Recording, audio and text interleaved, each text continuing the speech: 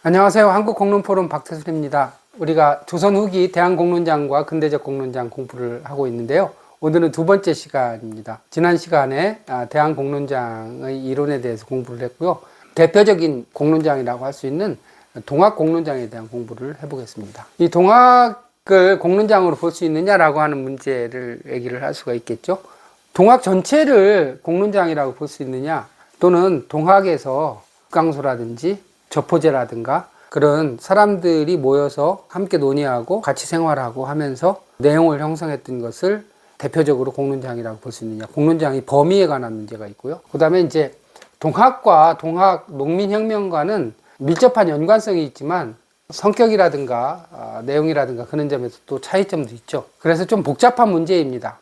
그래서 저는 이 동학 전체에 대해서 얘기를 할 수는 없고요. 제 역량상 동학에서 저포제라고 하는 동학의 조직 구성과 운영, 그 다음에 동학 농민혁명이 일어나고 전주성을 함락한 다음에 민과 관이 집강소라고 하는 걸 만들어서 운영하잖아요.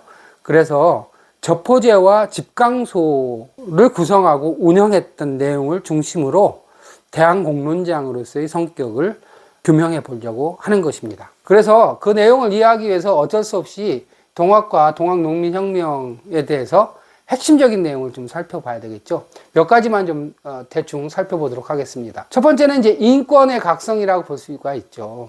그래서 사람이 하늘이다, 인내천, 인간존엄과 영적 주체성, 평등성을 강조하고 있다, 이렇게 말씀을 드릴 수가 있겠죠. 그 다음에 하늘을 모신 보편적 인격의 중요성, 특히 도덕을 중요시 여기죠. 도덕민주주의라는 말을 사용하는 분들도 있습니다. 두 번째는 자발적인 공공성을 형성했다라고 하는 점입니다. 서구의 경우에는 이익단체나 공공영역, 정당 같은 것이 정치 권력에서 굉장히 중요하다면 동학에서는 이런 서구하고는 다르게 저포제라든지 집강소라든지 민회라든지 이런 내용이 굉장히 중요한 내용으로 등장하게 됩니다. 이 내용에 대해서 이제 공부를 하도록 하겠습니다. 그래서 이 서양하고 다르게 동학에서는 이 공공성의 기본적인 지향과 내용에 있어서 큰 차이가 있다, 이렇게 말씀을 드릴 수가 있습니다. 그 차이를 정확하게 인식하는 것이 동학의 성격을 파악하는 데도 굉장히 중요하고 우리나라의 그 공론장이 갖는 특징을 이해하는 데서도 굉장히 중요하다, 이렇게 말씀을 드릴 수 있습니다. 저포제라고 하는 것은 동학이라고 하는 새로운 가치관을 중심으로 형성된 영적 생활 공동체를 저포제라고 얘기를 하고요. 집강소는 전주성 함락 이후에 민의 자발성이 반영된 지방행정자치제, 민회라고 얘기할 수 있습니다. 그래서 이 두 가지는 대표적으로 대한공론장으로서의 성격을 지니고 있다, 이렇게 볼 수가 있는 거죠. 그리고 동학과 동학 농민혁명은 민족국가적인 지향성이 강하죠. 조선이 굉장히 위기에 빠져 있는 이런 상황이 있었잖아요. 그래서 민족국가적인, 민족주의적인 성향을 강하게 가질 수밖에 없는 것이죠. 새로운 국가지향, 민족국가지향성을 강하게 갖는 운동이었었다, 이렇게 말씀을 드릴 수가 있고, 그리고 앞서도 말씀드린 것처럼 도덕적인 민주주의 성격을 갖고 있다, 이렇게 말씀을 드릴 수 있습니다. 여기서 말하는 이제 민주주의가 서양에서 말하는 개인 중심의 민주주의하고는 좀 다르죠. 공동체 중심이고 덕에 기반한, 덕성에 기반한 도덕적 민주주의라고 하는 측면이 굉장히 특징적이라고 볼 수가 있죠. 그래서 서양에서 얘기하는 절차적 민주주의를 찾기는 어려운 대신에 모든 개체는 천주 또는 신령을 모시고 있으며 하나의 기운에 통한다고 보는 거죠.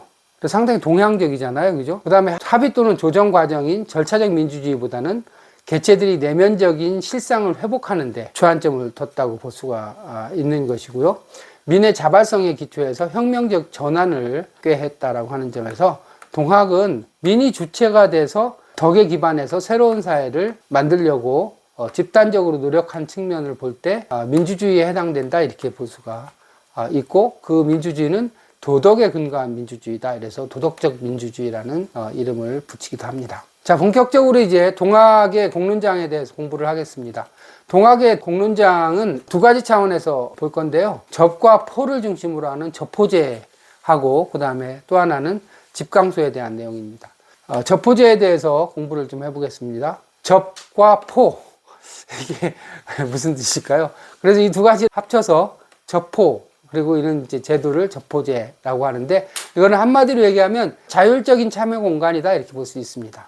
그 의미를 살펴보면 동학의 자율적인 참여 조직을 말한다라고 볼 수가 있고요. 그 다음에 1862년에 손 선생이 저포제라고 하는 것을 공식적으로 제안하면서 만들어지기 시작했습니다. 당시에 국과 가만 존재했던 조선사회에 동학의 저포제의 등장은 새로운 현상이라고 볼 수가 있습니다. 이게 무슨 말일까요? 우리가 국가라고 얘기하잖아요.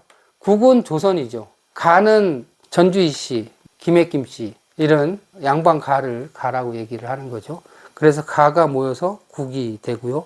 또 국이 또 가를 다스리는 그런 국가라고 볼 수가 있죠. 이런 사회에서는 사실은 국의 주인인 왕과 가의 주인인 양반이 중심이 돼서 운영하는 나라라고 볼 수가 있죠. 그래서 사실은 사회라고 하는 것이 존재하지 않았다 이렇게 볼 수도 있습니다. 그런데 이제 향약이라고 하는 것이 우리가 향약이라고 많이 들어봤죠. 뭐 예한양약 뭐 이런. 이 향약이라고 하는 것이 국과 가를 연결시키는 연결고리라고 볼 수가 있죠.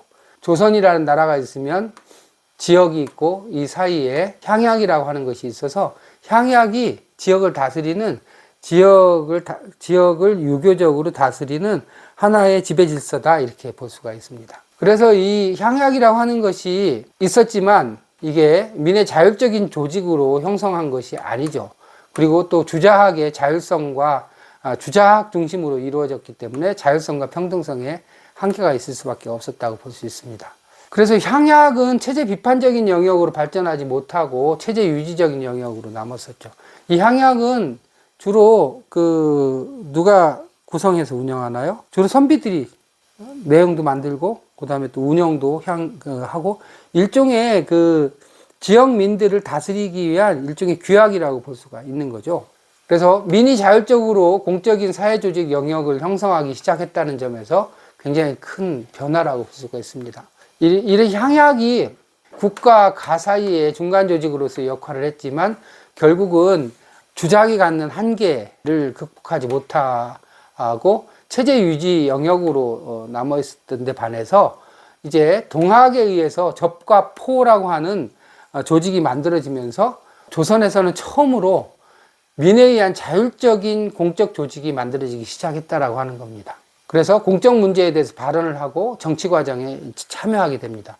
접과 포라고 하는 것이 동학이 하나의 그냥 조직일 뿐만 아니라 당시 조선에서는 동학이 만든 접과 포라고 하는 민에 의한 자율적인 조직이라고 하는 것이 굉장히 이례적인 조직이었다라고 하는 것이고 그리고 민에 의해서 만들어진 자율적인 첫 번째 조직이었다라고 하는 것이 굉장히 큰 특징이고요.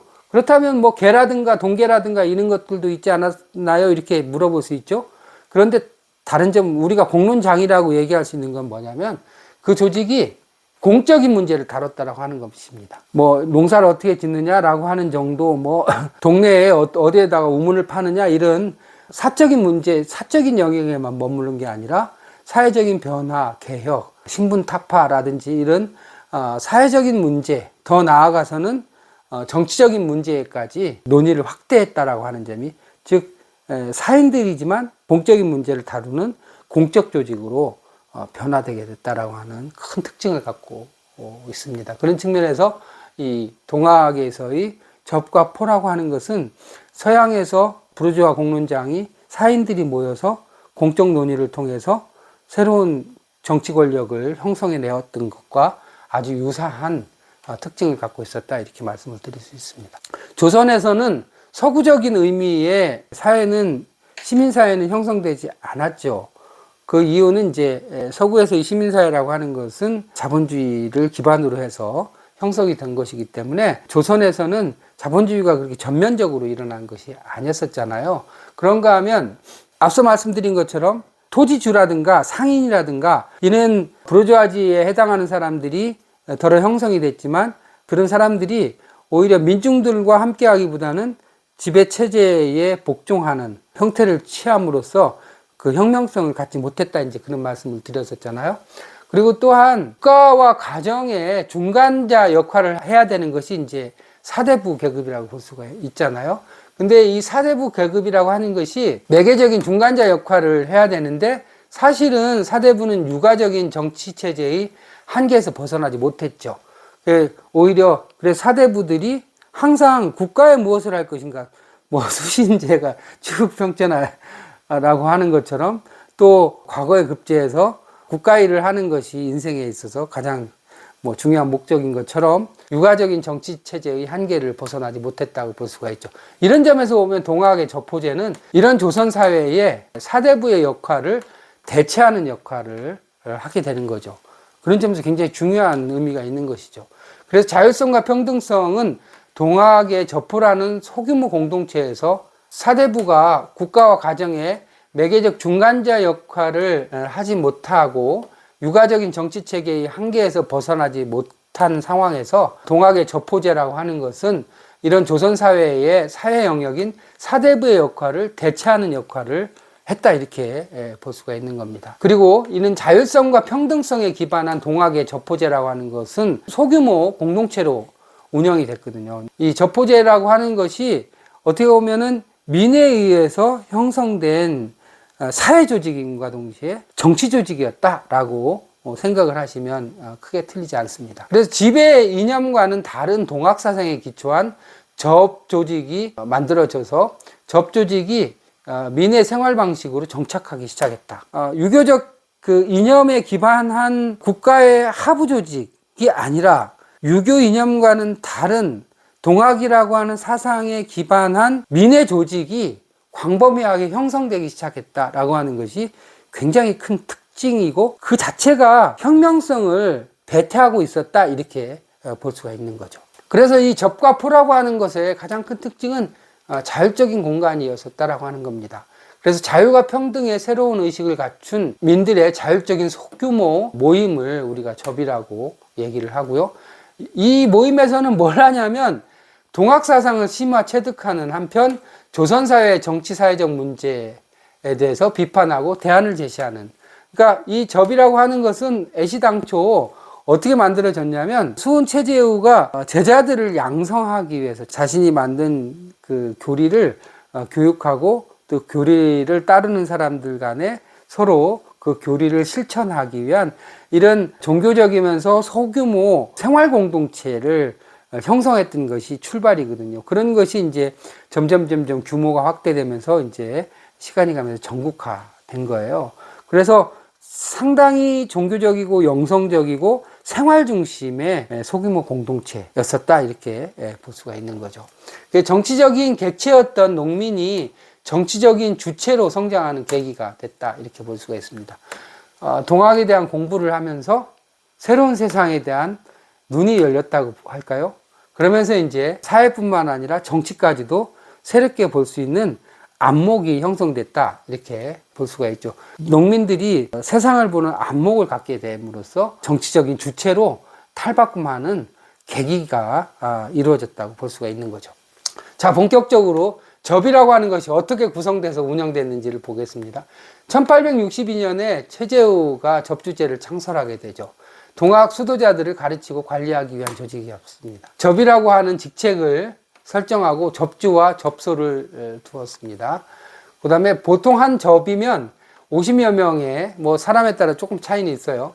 50여 명의 동학도들의 모임이었었고, 접주를 중심으로 해서 최재우의 경전을 중심으로 공부를 하고 강론도 하고 접주들 간에 소식을 공유하기도 하는 이런 소통 공간이기도 했습니다. 함께 모여서 동학에 대해서 공부하고 세상 돌아가는 것에 관해서 같이 논의도 하고 다른 접들에서 일어난 일들에 관해서 소식을 공유하기도 하는 그런 공동체였었다, 이렇게 볼 수가 있습니다.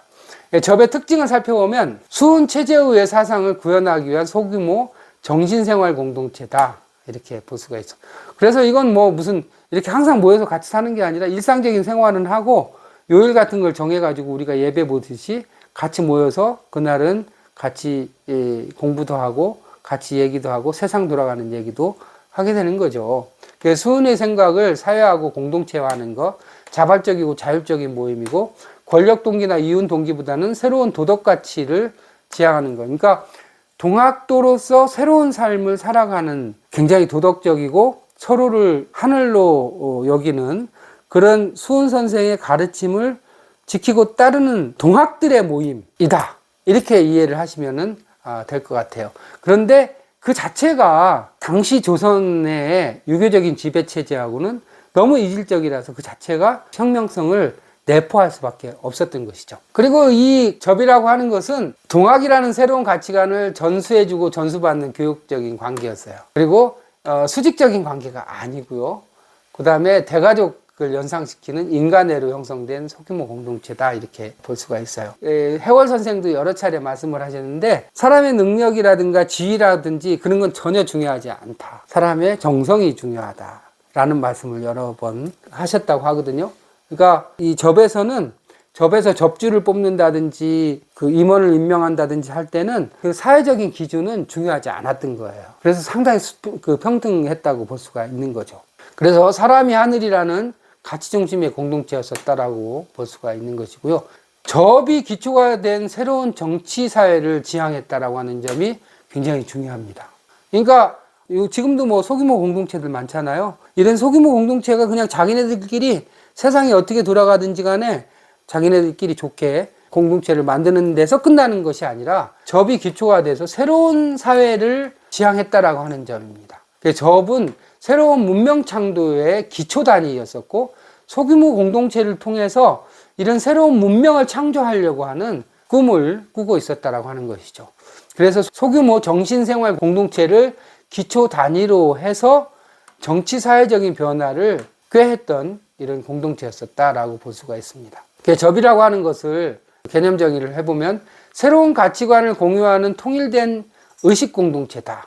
그 다음에 인간적 온기와 호흡이 통하는 대가족 형태였었고, 새로운 정치 사회 질서 탄생의 기초 단위이자 인간적 감정보다는 사람이 하늘이다는 매우 확장된 의식에 기초하고 있었던 조직 형태다, 이렇게 볼 수가 있습니다.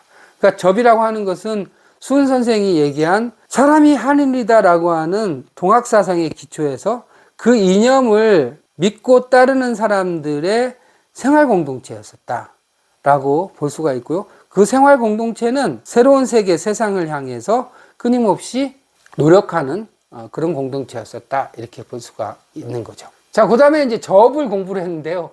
포라고 하는 거는 뭘까요? 동학도들의 이제 숫자가 증가를 하고 동학의 사회적인 기능이 점점 좀 강화되게 되죠. 그다음에 이제 동학의 대사회적인 기능이 강화되게 됩니다. 이러면서 동학 내부에서 기능적인 전문성과 지역적인 통일성을 강화해야 될 필요성이 생기면서 접에 뿌리를 두고 지역적으로 포를 구성을 하게 되는 겁니다. 그래서 이게 여러 개의 접을 지역적으로 묶은 것이 포다, 이렇게 볼 수가 있죠. 그래서 포주는 대접주를 포주라고 얘기를 합니다. 그래서 이게 이제 보훈집회에서 체계적으로 정리가 됐다고 얘기합니다. 보훈집회는 약 동학교도들 한 3만 명 정도가 모여서 그 척외양, 외세에 대항할 것 등등을 이제 결의를 하게 되는데, 그때 이제 조직 체계를 정비를 하면서 이제 포제라고 하는 조직적인 구체적으로 이제 정리하게 되는 거죠. 그런데 이 포라고 하는 것이, 그러니까 접이 규모가 확장되고 여기에 이제 기능과 전문성이 강화된 것이 포다, 이렇게 이해를 하면 돼요. 그래서 포라고 하는 것이 이제 지역에서 의사결정과 행동의 기본적인 단위가 되는 거죠. 그래서 이 동학농민혁명 같은 것도 이 포를 중심으로 해서 일어나게 되는 거예요. 그래서 기포한다라는 말 들어봤죠. 포가 이제 중심이 돼서 포주가 중심이 돼서 이제 행동에 나서게 되는 거죠. 그래서 동학농민전쟁이라든가 나중에 3.1 운동에도 포가 굉장히 중요한 역할을 하는데요. 중요한 건 이 포가 접을 기반으로 해서 포가 형성됐다라고 하는 거예요. 접이 가장 기본 단위이고 그 기본 단위를 기반으로 포가 형성이 돼 있었던 거죠. 원래는 이 포를 기반으로 해서 더 높은 수준의 조직이 구성이 됐어야 되는데, 이게 이제 그 1894년에 그 동학군이 이제 일제에 의해 가지고 괴멸되면서 더 높은 단계로 조직이 발전하지 못했던 거죠. 포의 특징을 몇 가지 살펴보겠습니다. 포는 접과 달리 지역적 체계성과 조직적 합리성을 강조를 합니다. 접은 종교적인 생활 공동체라고 그랬었잖아요. 근데 포는 상당히 기능적인 조직이라고 볼 수가 있죠. 역할 분담과 기능 전문화가 일어났고요. 포는 주로 사회운동과 정치 참여와 같은 역할의 무게가 있었습니다. 접은 생활 공동체, 그 생활 공동체를 기반으로 해서 포는 사회적인 활동, 정치적인 활동을 하는 조직으로 역할 분담이 되어 있었다라고 볼 수가 있죠. 그래서 포 역시 자율적인 조직체이긴 하지만 중요한 것이 용담이라고 하는 것은 이제 수은 최재우가 하나님을 만났다라고 하는 데잖아요. 그래서 용담연원이라고 하는 정신적인 구심성을 갖고 있는 네트워크였었다 이렇게 볼 수가 있고요. 포는 기능상 조직적 합리성과 자율성에 의해서 움직였으나 근본적인 지향은 사람이 하늘이다라고. 그러니까 포는 굉장히 기능적이고 합리적인 그리고 사회운동과 정치 활동을 하는 기능적인 조직이었었지만 포 역시 동학이 갖고 있는 근원적인 사상적인 기반에 있어서는 차이가 없었다 이렇게 이해를 하시면 되겠습니다. 자, 그 다음에 이제 우리가 한 번씩은 들어봤을 집강소에 대해서 좀 알아보도록 합시다. 집강소의 성격이 무엇이냐라고 하는 것은 뭐 굉장히 아직도 논란이 좀 있는 것 같아요. 대표적으로 동의하는 집강소의 성격을 좀 살펴보면 집강소는 지역의 거의 모든 일을 처리하는 동학농민군의 자치체였다라고 하는 것이 가장 일반적이죠. 집강소가 뭐 전주성을 함락한 다음에 당시에 정부군과 동학군들 간에 전주 화약이 이루어지고 전주 화약에 따라서 집강소를 설치를 하게 되죠. 그래서 집강소에서 패전개혁 27개조를 비롯해서 다양한 정치 사회적인 개혁을 하는 단위가 이제 구성이 되잖아요. 그걸 이제 우리가 집강소라고 얘기를 하는 겁니다. 그래서 여기서는 이제 탐관오리 숙청과 매관매직 금지 등에 관한 정치 개혁, 전정을 비롯 삼정문란을 시정하는 문제, 그 다음에 기타 뭐 경제적인 개혁, 사회적인 개혁을 총망라하는 일종의 이제 지역에 있어서 자치 조직이었었다 이렇게 볼 수가 있죠. 집강소의 설치와 운영에 대해서 좀 알아봅시다. 동학농민군과 정부의 협력하여서 이제 시작이 됐고요. 군현 단위로 설치를 하게 되죠. 군현 단위에는 이제 뭐 현감이라든가 이렇게 다 지방관이 있었지만 사실상은 이제 혁명군에 해당하는 동학군이 주도적인 역할을 하는 그런 상황이었었다고 볼 수 있습니다. 자, 세 번째, 저포와 집강소의 의미를 좀 생각해 보면요. 저포와 집강소는 3.1운동과 독립운동으로 계승되게 됩니다. 실제로 조직적으로도 계승이 되죠. 그 다음에 이제 대한민국 민주주의의 사상적인 역사적인 기초가 되기도 합니다. 그런가 하면 사람이 하늘이다라고 하는 인간 존중 사상에 기반을 놓게 되는 거죠. 그 다음에 저포제와 집강소는 자치공동체의 전통과 민주주의 뿌리로서의 역할을 한다고 볼 수가 있습니다. 그래서 서구에서 말하는 그런 자유민주주의하고는 좀 색깔이 많이 다르죠. 동학이라고 하는 독특한 사상, 천지인과 관련된 사상에 기반을 하고 있고 대단히 영성적이고 이런 특징을 갖고 있어요. 그런가 하면 개인이라든가 권리라든지 이해관계라든지 서구식의 그런 개념은 별로 없잖아요. 서로 인간의 우정, 정성, 치성 이런 것이 훨씬 더 중요하잖아요. 그런 가운데 집단적으로 모여서 또 그런 공동체성을 강하게 발휘하는 그런 이제 특징을 갖고 있단 말이에요. 그래서 이게 분명히 민이 중심이 돼서 세상을 이끌어 간다라고 하는 점에서는 민주주의 테두리 안에 들어가는데 서양식의 자유민주주의의 범위에는 잘 들어가지 않죠. 그래서 자생적 민주주의, 도덕적 민주주의, 자생적 민주주의라고 하는 이름을 붙이기도 합니다. 마지막으로 동학공론장의 의미를 좀 정리해 보겠습니다. 그 서양과 차별되는 인간관을 갖고 있었던 것이죠. 그래서 합리적, 개인주의적 또는 계급적인 이해가 아닌 영성적, 우주적, 공동체적인 인간관에 기반해 있었고 반면에 이제 도덕주의적인 성향에서 벗어나지 못하죠. 절차라든지 과정이라든지 이런 조정이라든가 이런 절차적 민주주의가 갖고 있는 특징을 갖고 있지 못했죠. 그 다음에 공적 인격 형성을 굉장히 중요시 여겼었다고 볼 수가 있어요. 그래서 서구에서는 사적 이익에 기반한 공론장이고 절차적 민주주의를 강조했다면 이 동학 공론장은 공적 인격 형성을 굉장히 중시했고 수양적 공공 영역, 인격 연마를 굉장히 중시했다라고 하는 점이 특징적이라고 볼 수가 있고요. 이런 점에서 보면 유교 공론장하고 동학하고는 조직적으로도 다르고 사상적으로도 많이 차이가 있지만 이런 인격을 연마한다든지 수양을 중시 여긴다든지 하는 것은 유교적인 수기치인이라고 하는 의미하고 좀 통하는 데가 좀 있죠. 그죠? 동양적인 특징이. 그 다음에 이제 저포제라고 하는 것은 일종의 사회적인 공적 영역이고 이런 것이 그 사대부의 사적 영역을 대체했다라고 말씀을 드렸습니다. 무엇보다도 가장 큰 의미는 민이 정치 주체로 등장을 했다라고 하는 것이죠. 이건 두 가지 의미인데요. 하나는 이 동학 사상 자체가 천주를 모시고 세상의 조화를 이루는 사람들이 이 세상의 주인이다라고 하는 사상 체계를 갖고 있었다는 측면에서 그렇고, 그런가 하면 역사적으로 동학의 주인들이 실제로 당시 조선 사회의 접주제를 비롯해서 실제로 민이 주도적인 역할을 수행했다라고 하는 현실적인 의미 두 가지 측면에서 민이 정치적인 주체로 등장했다고 얘기할 수 있는 겁니다. 또한 그 동학은 이 도덕이 구현된 정치를 굉장히 중요시 여기고, 이런 도덕이 구현된 정치를 뭐 여러분들 후천개벽이라는 말 들어봤죠? 그래서 도덕이 권력의 중심이 서는 나라를 추구했고요. 이런 그 이상을 함께 하는 사람들이 함께 모여서 새로운 나라를 만들기 위해서 직접 행동에 나섰던 것이 동학 농민혁명이라고 볼 수가 있는 것이죠. 자, 마지막으로 민주주의 진화에 대한 요구. 이게 무슨 얘기일까요? 이거는요, 서구의 자유민주주의를 넘어설 수 있는 단초들이 동학 속에 들어있다라고 하는 거예요.